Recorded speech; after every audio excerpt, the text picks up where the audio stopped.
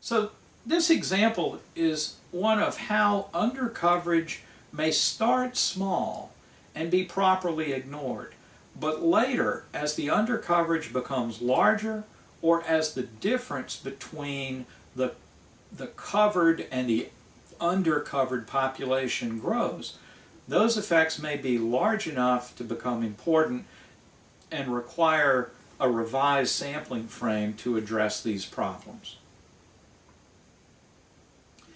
Sampling frames may sometimes also suffer from overcoverage as well as undercoverage.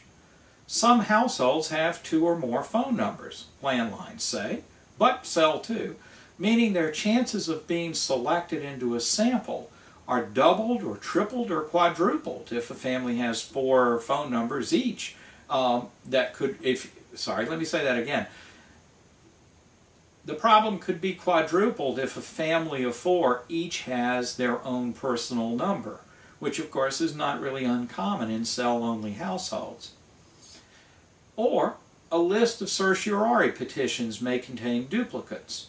Or a household may have 2 entrances that can both be mistaken for a main entrance.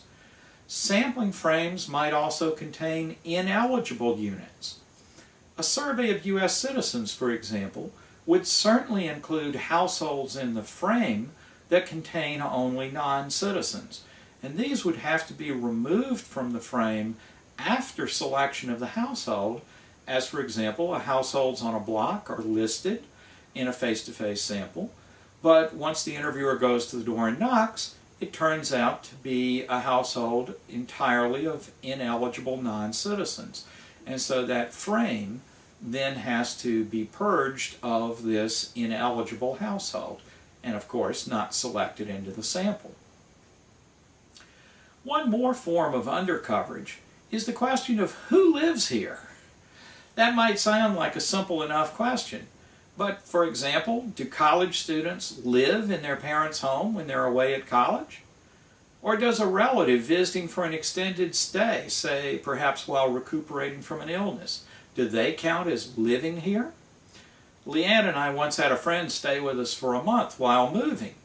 Did he live with us? Judging from his monopoly of the TV remote and his fascination with watching ESPN plus 2 ball games at once, I'd say yes, he lived with us. Incidentally, the census has a problem too. The directions to the census that you just filled out in April try really hard to get college students to report where they lived on April 1st. The answer is Madison, and to get their parents not to count them as living at home, because neither students nor parents follow these directions correctly all the time. There's a problem of both overcounting, where parents list the students at home while the students also fill out the census at college, and there's also an undercounting problem. The student says, I thought you included me on your form, and they didn't, and there you go, undercount here in Madison.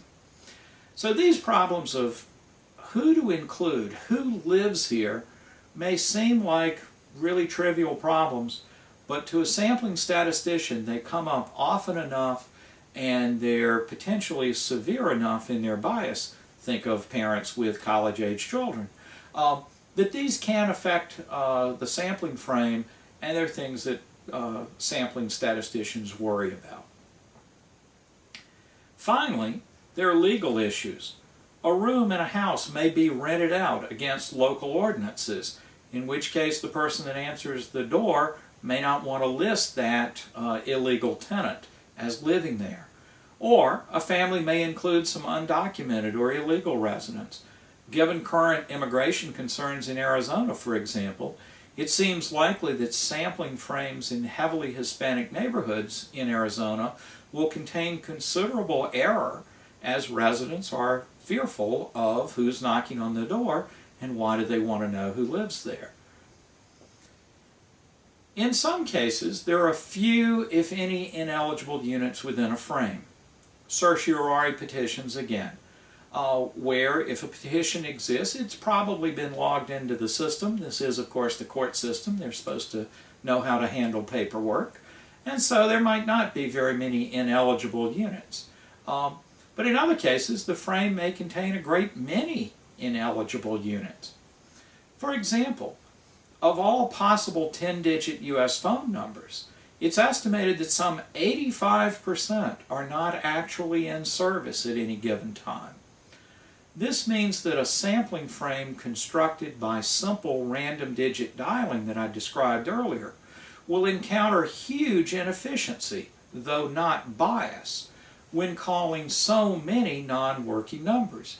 Just as a practical matter, it will take you more than 80 calls to get 20 or 15 completed interviews, or at least working numbers. That's horribly inefficient. So practical random digit dialing designs take steps to clean the phone list of non-working numbers.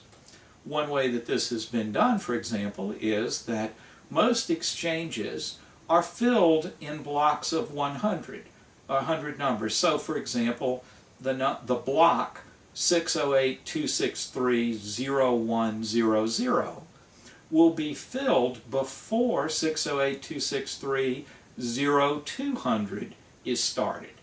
So this allows sampling frames for telephone numbers to be constructed by first cleaning the list by identifying non-working blocks and focusing the RDD, the random digit dialing, on those blocks known to contain at least one working number. In fact, there are companies that specialize in this. Probably the biggest is Survey Sampling International, or SSI. SSI is an entire business devoted to providing telephone samples and other kinds of samples to the polling and survey industry. Because they draw samples many times, they can invest in cleaning the sampling frame before drawing samples. This greatly increases the efficiency of the design and allows them to apply the cumulative knowledge that they gain over years of sampling telephones to decrease undercoverage and overcoverage, and to avoid the inefficiency of ineligible numbers, as for example non-working numbers or business numbers, which you don't want to include in a household sample.